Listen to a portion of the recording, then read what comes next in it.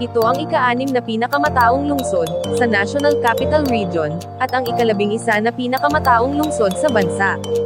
Ito ay matatagpuan 14 na kilometro pahilaga ng Maynila at ikinategorya sa ilalim ng Republic Act No. 7160 at 8526 bilang isang highly urbanized, primera klase na lungsod, batay sa klasifikasyon ng kita at bilang ng populasyon, at may kabuuang sumpat ng lupain na 45.75 kilometro kwadrado. Kamusta mga ka-travel? Narito ako muli upang ibahagi sa inyo ang kwento tungkol sa isang lungsod na ipinangalan sa isang bayani ng Katipunan. Ito ay ang Valenzuela. Pero bago ang lahat, kayo ay aking inaanyayahan na mag-subscribe, like, follow at comment sa aking channel. Pindutin na din ang notification bell para maging updated kayo sa mga bagong episodes na aking ilalabas. Tara mga ka-travel, samahan niyo ako sa aking kwento.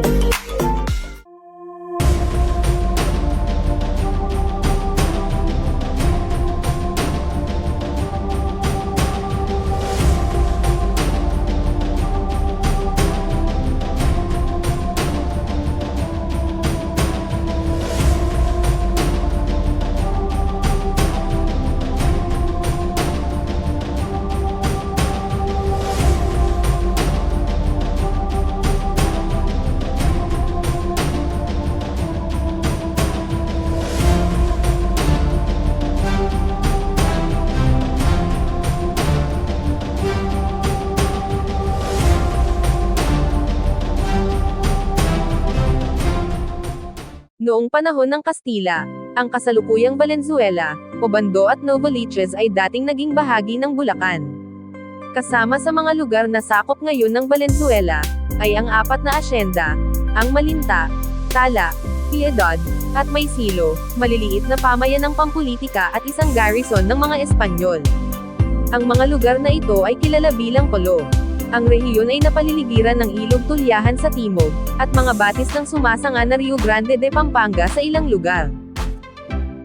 Nang maging archdiocese ang Maynila noong 1595, nagpasya ang mga praile na ihiwalay ang Sitio Polo sa bayan ng Maykawayan, noong ika-7 ng Nobyembre taong 1621, sa araw ng kapistahan ng bagong patron, na si Saint Didacus ng Alcala, o mas kilala bilang San Diego de Alcala.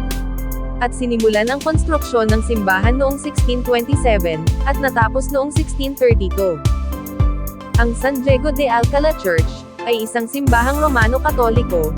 Ang orihinal na simbahan na ito, ay ang pinakamatandang simbahan sa lungsod.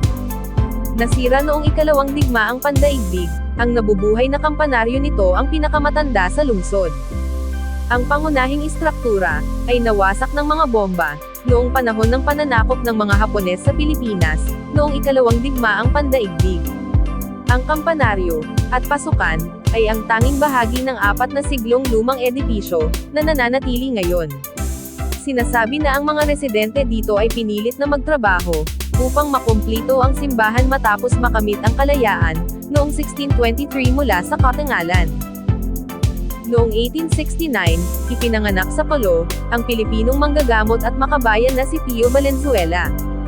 Siya ay naging isa sa mga pangunahing pinuno ng Katipunan, na kanyang sinalihan noong 1892 sa edad na 23. At bilang pagkilala sa kanyang kabayanihan, noong 1963 ang bayan ng Polo, ay pinangalan ng Valenzuela sa kanyang karangalan. Kasabay nito, ang kanyang orihinal na tirahan, ay ginawang museo na naglalaman ng mga makasaysayan, at kultural na palatandaan ng lungsod. Nagtatampok ang museo ng mga koleksyon, ng mga artifact na naglalarawan sa nakaraan, at patuloy na pag-unlad ng lungsod. Nagsisilbi rin itong imbakan ng mayamang pamana, ng lungsod, at isang beacon ng liwanag sa mga tao at mga bisita. Ang Arkong Bato, ay itinayo ng mga Amerikano noong 1910, upang magsilbing hangganan sa pagitan ng mga lalawigan ng Bulacan, kung saan kabilang ang Valenzuela o Polo, at Rizal na kung saan ay dating bahagi ng Malabon. Ang Arco ay matatagpuan sa kahabaan ng Marcelo H. del Pilar Street, na dating pangunahing kalsada sa North Luzon, bago ang pagtatayo ng MacArthur Highway at North Luzon Expressway.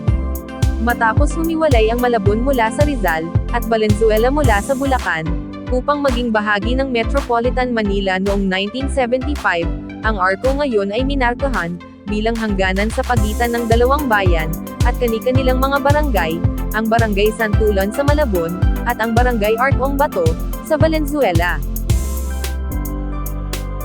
Ang Harry C. Egbert Cannon, ay aktwal na matatagpuan sa isa sa Valenzuela Municipal Complex sa Malinta. Ito ay nagsisilbing monumento, at memorial para kay Colonel Harry Clay Egbert, isang commanding officer ng 22nd Infantry Regiment ng Estados Unidos, na nasugatan noong 1899 sa panahon ng digmaan ng Pilipino-Amerikano.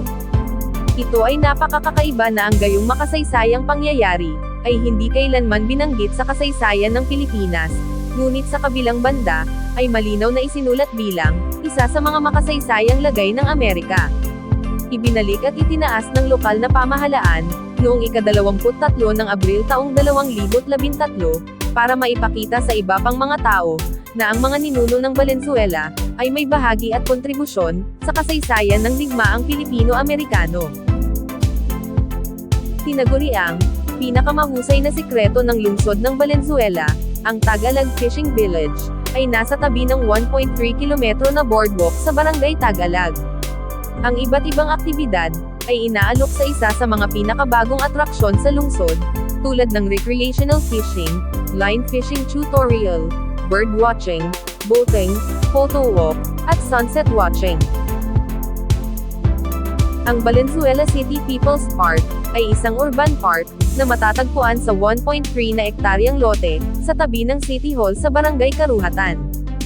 Mayroong electric-controlled dancing fountain sa entrance ng parke, isang aero circle, para sa mga grupong mahilig mag-ehersisyo, hardin, palaruan ng mga bata, mga zoological space kung saan ipinapakita ang mga hayop sa publiko, at isang 400-seater na amphitheater, na maaaring mag-host ng malawak na hanay ng mga aktibidad, at food park sa parke. Ang parke ay pet-friendly, bike-friendly, at naa-access ng mga taong may kapansanan. Isa sa maraming inisyatibo ng pamahalaang lungsod, upang lumikha ng mga mas luntiang espasyo, ang Polo Mini Park, ay pinasinayaan noong ika-21 ng Enero taong 2020, 6 na buwan pagkatapos ng anunsyo ng rehabilitasyon, ng makasaysayang lumang plaza ng Polo. Ang parke ay pinalamutian, ng mga daan-daang taong gulang na masasarap na puno, fountain, memorial marker na nagpapagunita sa mga veterano ng digmaan, at mga estatwa ni Pio Valenzuela at Jose Rizal. Ang parke ay nagpapahiwatig na hindi lamang isang lugar para sa pagpapahinga, ngunit minarkahan din ang makasaysayang pagkakakilanlan ng lungsod. Ilan lamang sa mga lugar ang ating natunghayan, mga ka-travel.